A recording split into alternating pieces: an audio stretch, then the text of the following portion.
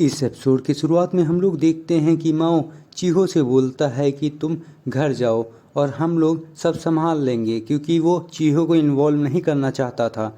उसके बाद वो एमिली से बोलता है कि आज तुमको यहाँ रुकना पड़ेगा, क्योंकि मुझे नहीं पता कि कल क्या हो जाए, तो मैं चाहता हूँ कि एलिस रामस एक रात तुम्हारे साथ बिता पाए। और उसके बाद हम लोग देखते हैं कि उरिसिहारू बेल से बात कर रहा होता है कि हम लोग चीहो को इन्वॉल्व नहीं कर सकते, क्योंकि हम लोग डीमंस हैं और हम लोग के पास पावर्स है, लेकिन चीहो के पास नहीं है। अगर वो इन्वॉल्व होगी तो उसे चोट भी लग सकती है। उस पर बेल भी बोलती है हाँ, हम उसको इन्वॉल्व नहीं कर सकते। और इधर हम लोग देखते हैं कि माओ और एमिली बात कर रहे होते हैं और माओ बोलता है कि आज एलिस रामस खुश लग रही है, जिसपे एमिली भी मंजूर करती है कि एलिस रामस खुश लग रही है। और हम लोग देखते हैं कि बेल बताती है कि एलिस रामस एक सीड है जो एक दुनिया को बनाती रहती है और तबाह होने से बचाती रहती है। इसके 9 पार्ट्स हैं, 9 पार्ट्स में डिवाइड हो गई है और इन सब का गार्डियन एंजल है गैब्रियल। इसी वजह से वो इन सीड को ढूंढ रहा है। और उसके बाद वो बोलती है कि एलिस रामस इस वर्ल्ड को मेंटेन करती है और बैलेंस बनाती है। अगर ये नहीं रहेगी तो ये वर्ल्ड डिस्ट्रॉय हो जाएगा। और इस पे चीहो बोलती है कि क्या एलिस रामस को जाना पड़ेगा इस वर्ल्ड को छोड़ के गैब्रियल के साथ। इस पे बेल बोलती है कि मुझे नहीं लगता एलिस रामस इस दुनिया को बचा के रखती है। मुझे नहीं लगता अगर एलिस रामस गायब हो जाएगी तो ये वर्ल्ड डिस्ट्रॉय हो जाएगा, तबाह हो जाएगा। और ये सब बात कहने के बाद सीन चेंज हो जाता है और यहाँ पे एमिली माओ से पूछती है कि क्या तुम क्या करोगे कल। तो माओ बोलता है कि मैं एलिस रामस के लिए अपनी जान दांव पे लगा दूंगा, जैसे कोई पेरेंट्स करते हैं। उस पे एमिली बोलती है कि चलो तुम ऐसी बातें मत करो और मुझे लेक्चर देना बंद करो। उस पे वो बोलता है, माओ बोलता है एमिली से कि अब तुम मेरी मदद कर लो और अब चलो हम लोग सोने चलते हैं, रात बहुत हो चुकी है। जिस पे एमिली ब्लश करने लगती है और एलिस रामस खुश होकर बोलती है आज मैं मामा के साथ सोऊंगी। और दूसरी तरफ हम लोग देखते हैं कि उरुसहारू बर्तन मांज रहा होता है और वो बेल से बोलता है कि आज का मैं किराया तुम्हें नहीं दूंगा। तो बेल बोलती है मैं वो किराया नहीं मांगूंगा, लेकिन मुझे एक सवाल है, क्यों तुम लोग और डीमंस ने हम लोगों के ऊपर हमला किया था। उस पे उरुसहारू बोलता है जैसे तुम लोगों के पास बहुत सारा सामान है, हरे लैंड है और बहुत सारा खाना है, लेकिन डीमंस के पास ये सब नहीं है। इसी वजह से हम लोग एंटेस्ला पे हमला करके उसे पाना चाह रहे थे कि हम लोगों को ये सब सामान मिल सके। और उस पे वो बोलता है कि एशिया भी इसी वजह से हम लोग के साथ जुड़ा था। फिर एशिया बोलता है कि अगर मैं काम कर पाऊंगा तो अब करूंगा, नहीं तो नहीं करूंगा। और दूसरी तरफ हम लोग देखते हैं कि एलिस रामस पिक्चर देख रही होती है, जिसमें माओ, एमिली और एलिस रामस होते हैं, जो उन लोगों ने अम्यूजमेंट पार्क में खिंचाई थी। उसके बाद वो लोग सो जाते हैं और एमिली बोलती है माओ से कि तुम बहुत नज़दीक हो मेरे, थोड़ा दूर हो जाओ। जिस पे माओ बोलता है कि एलिस रामस ने हमें पकड़ के रखा है। और हम लोग देखते हैं कि एलिस रामस खुश हो रही होती है और माओ से बोलती है कि आज मुझे कहानी सुना दो, कल मैं मामा से कहानी सुनूंगी। उसके बाद माओ बताता है कि आज चलो मैं तुम्हें कहानी सुनाता हूँ जो मैंने कल सुनाई थी, उस लड़के और एंजल के बारे में। फिर वो बताता है कि एक लड़का एक एंजल से मिला और एंजल ने उस लड़के की मदद की, उसको बहुत सारी बातों के बारे में बताया, उसे वर्ल्ड के बारे में बताया, उसे ऐसी ऐसी चीज़ों के बारे में बताया जो उसको नहीं पता थी। उसको पैसे, फल, फ्रूट और देशों के बारे में बताया और पहाड़ों के बारे में भी बताया और ऐसी ऐसी चीज़ें बताएं जो किसी डीमन को नहीं पता थी। और जब वो एंजल गई तो उस लड़के को उसने एक पेंडेंट दिया, जिसको लेके वो पूरी दुनिया घूमा और लास्ट में अपने घर आके वो वहाँ का राजा बन गया और खुशी खुशी रहने लगा। फिर हम लोग देखते हैं कि एलिस रामस सो जाती है और एमिली माओ से बोलती है कि अगर वो इंसान अपने देश का राजा बन गया तो उसको दूसरे देश पे हमला करने की क्या ज़रूरत थी।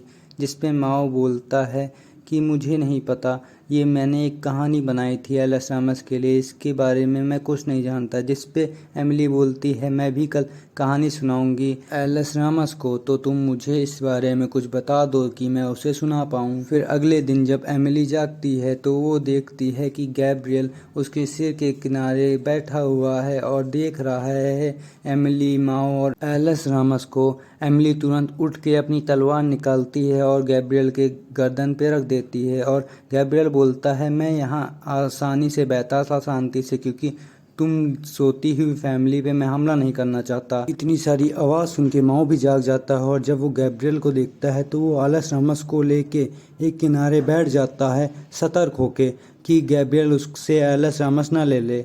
फिर गैब्रियल बोलता है कि अगर तुम चाहो तो मैं एक चीज़ ले सकता हूँ, या तो ये सॉर्ड या तो एलएस रामस, तो तुम लोग एक चीज़ चूज सकते हो, नहीं तो मैं दोनों चीज़ें ले जाऊंगा। उस पे माओ सिर झुका के बोलता है गैब्रियल से तुम एलएस रामस को ना ले जाओ, उसकी जगह मेरा सिर ले जाओ, क्योंकि मैं डीमन लॉर्ड हूँ, तो अगर तुम मेरा सिर ले जाओगे तो इस दुनिया में शांति रहेगी। और हम लोग देखते हैं कि इधर उरिसाहारू और बेल कमरे के अंदर आने की कोशिश कर रहे होते हैं, लेकिन कमरे में बैरियर लगा होता है, इस वजह से उरिसाहारू और बेल नहीं आ पाते हैं कमरे के अंदर। उसके बाद एमिली और माओ झगड़ने लगते हैं, जिस पे गैब्रियल बोलता है तुम लोग बहुत बढ़िया कपल लग रहे हो, जिस पे माओ और एमिली साथ में बोलते हैं हम लोग कपल नहीं हैं। और फिर गैब्रियल माओ पे हमला करने की तैयारी करता है, लेकिन बीच में एलएस रामस आ जाती है और बोलती है गैब्रियल से तुम बहुत बुरे हो और मैं तुमको सबक सिखाऊंगी। और उसके बाद एलएस रामस अपनी पावर से गैब्रियल को घर से बाहर निकाल देती है और हम लोग देखते हैं घर की खिड़की टूट जाती है। इतनी ज़्यादा पावर यूज़ करती है एलएस रामस। और एलएस रामस के पीछे एमिली आती है और बोलती है गैब्रियल से तुम एलएस रामस को छोड़ दो, उससे दूर हो जाओ, जिस पे गैब्रियल बोलता है तुम देखो कौन किसको मार रहा है। उसके बाद जब एलएस रामस पे गैब्रियल हमला करने वाला होता है तो एमिली बोलती है तुम एक बच्चे पे हमला कर रहे हो, जिस पे गैब्रियल बोलता है बच्चा हो ये चाहे ना, लेकिन वो मुझ पे हमला कर रही है। फिर एमिली और गैब्रियल लड़ाई करते हैं तलवारों से और एमिली की तलवार टूट जाती है जब वो गैब्रियल की तलवार के कांटेक्ट में आती है, जिसको देख के एमिली शॉक हो जाती है। और इधर हम लोग देखते हैं कि माओ बेल से बोलता है कि तुम मुझे ले चलो एमिली और एलएस रामस के पास, मुझे उसे किसी भी हाल में बचाना है। और हम लोग देखते हैं कि बहुत सारे सैनिक आ जाते हैं, जिसको देख के एशिया बोलता है कि तुम लोग कोई भी पोजीशन में नहीं हो हमें रोकने के लिए, जिस पे सैनिक जगह दे देते हैं, क्योंकि एशिया जब डीमन लॉर्ड की आर्मी में आया उससे पहले वो एक एंजल था और उसकी पोस्ट बहुत ही ज़्यादा थी, इस वजह से ये सैनिक उसकी बात मना नहीं कर सकते थे। और दूसरी तरफ एलएस रामस एमिली से बोलती है कि क्या तुम और माओ साथ में हमेशा रहोगे, जिस पे एमिली बोलती है हाँ। और हम लोग देखते हैं कि बेल माओ को लेके आ रही होती है और उसके बाद बेल माओ को जोर से फेंक देती है, जिससे वो डायरेक्ट जाके गैब्रियल से लड़ जाता है। और गैब्रियल से लड़ने के बाद माओ बोलता है एमिली से कि हम दोनों को साथ में मार दो। उस पे एमिली शॉक हो जाती है और बोलती है कि नहीं, मैं बच्चे के सामने तुम दोनों को नहीं मार सकती, एलएस रामस पे क्या असर पड़ेगा अगर तुम दोनों को मैंने उसके सामने मार दिया तो। फिर माओ को गैब्रियल जोर से ज़मीन में फेंक देता है। फिर माओ सोचता है कि अब मैं मर जाऊंगा, लेकिन एन वक्त पे एलएस रामस आके माओ को बचा लेती है मरने से और उसके बाद वो बाय बोलती है। फिर एलएस रामस वहाँ से चली जाती है और हम लोग देखते हैं कि एमिली के पास एक आर्मर है, जिससे उसकी स्वॉर्ड दोबारा ठीक हो गई है। फिर वो गैब्रियल से लड़ाई करने लगती है। फिर थोड़ी देर लड़ाई करने के बाद वो बहुत ज़्यादा पावर यूज़ करती है, जिससे गैब्रियल की तलवार टूट जाती है और उसे गैब्रियल को चोट भी लग जाती है।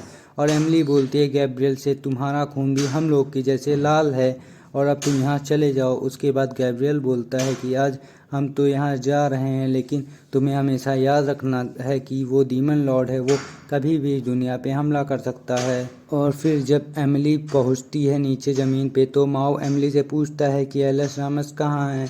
फिर एमिली माओ को कुछ नहीं बताती, जिस पे माओ बहुत ज़्यादा उदास हो जाता है। फिर एमिली जाती है कैफ़े में और वहाँ पे वो चीहो से बात कर रही होती है और सारी बातें बता देती है उसे। फिर चीहो बोलती है कि कि माओ बहुत उदास था और तभी वो देखती है कि एलिस रामस उसके पास आ गई है और बात कर रही है। फिर वो इस बारे में एमिली से पूछती है तो एमिली बताती है कि एलिस रामस उसकी तलवार के साथ जुड़ गई और वो एक तलवार में ही बदल गई है। अब वो कैसे माओ पे हमला करे? अगर वो हमला करेगी तो माओ को वो अपनी बेटी के हाथों ही मरवा रही होगी। तभी चीहो एमिली से बोलती है कि माओ बहुत उदास लग रहा था काम पे और वो कुछ काम नहीं कर पा रहा था ठीक और सारे काम में गड़बड़ कर रहा था।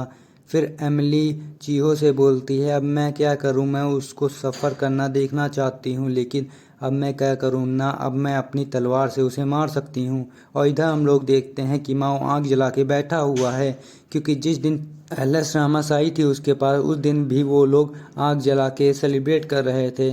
फिर वहाँ पे एमिली और चीहो आ जाते हैं और वो एलिस रामस को माओ के पास भेज देते हैं, जिसको देख के माओ बहुत ज़्यादा खुश हो जाता है। फिर वो रोने लगता है तो एलिस रामस उससे पूछती है कि माओ से तुम क्यों रो रहे हो, जिस पे माओ उसको कोई भी जवाब नहीं दे पाता क्योंकि उससे पहले वो खुश होने पे कभी नहीं रोया था।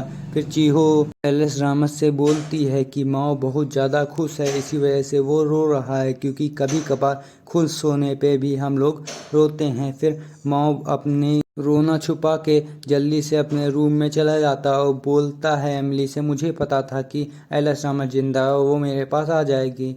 जिसको देख के एमिली शॉक हो जाती है और याद करने लगती है कि गैब्रियल ने क्या बोला था कि किसी दिन माओ फिर हमला करेगा इस वर्ल्ड में, तो वो इस वर्ल्ड को कैसे बचाएगी। यहीं पे एपिसोड ख़त्म होता है। अगर आपको ये वीडियो अच्छी लगी हो तो वीडियो को लाइक कीजिए, चैनल को सब्सक्राइब कीजिए और कमेंट में बताइए आपको ये एनिमे कैसी लगी।